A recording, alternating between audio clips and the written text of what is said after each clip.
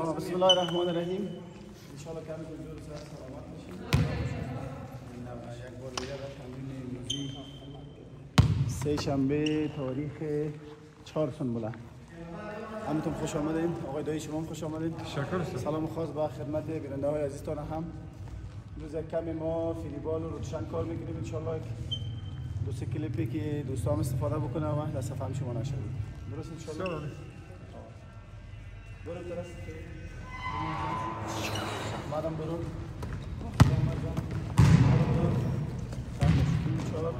مامان متیم مرزا. شاش.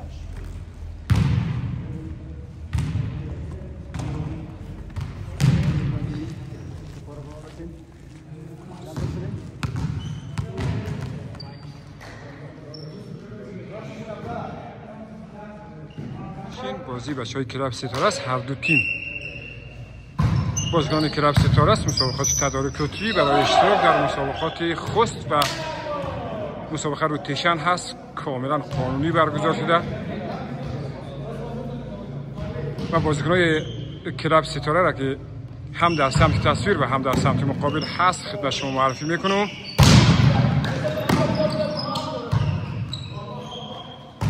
سرنوشت تو ببینیم. مسلم خان مایار که موفق نیست در سمت تصویر، مسلم خان مایار، فواد داودزی، مطیع الله میاخیل، مختار احمدی حنیفی، نصیب الرحمن عظیمی و احمد فصیحی زاده بازی میکنن.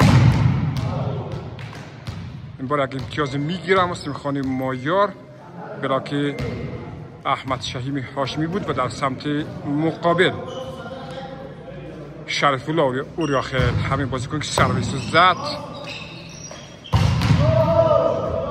سپایک خیلی خوب از نصیب الرحمن عظیمی.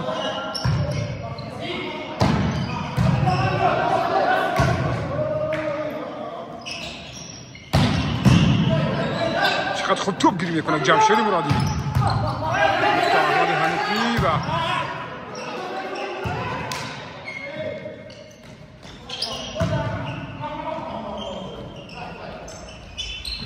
امتیاز با هم ببینیم. بلاک میکنه فواد داودزی در سمت مقابل خدمت شما عرض کردم.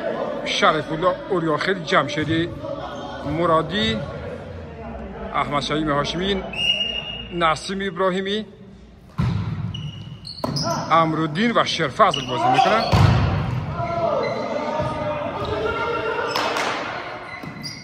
خیلی مسابقه تمرینی هم هست،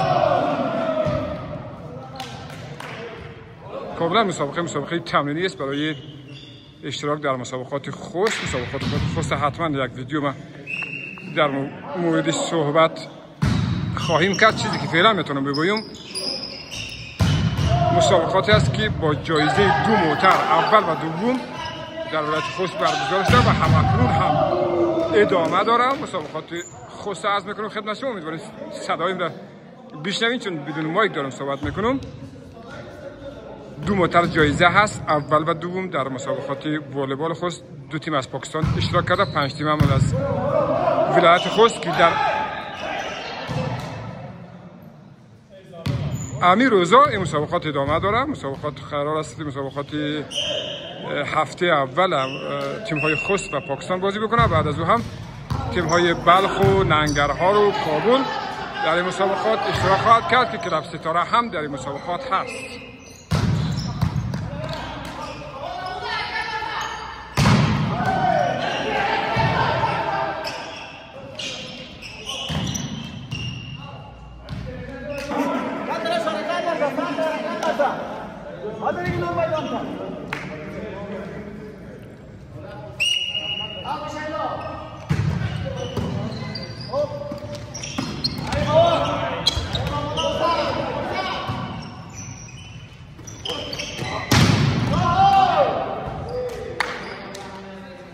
توضیحات کوتاهی را خدمت شما دادم و مسابقه را ببینید. مسابقه که به حال بازی تمرینی و تدارکاتی را ببینید.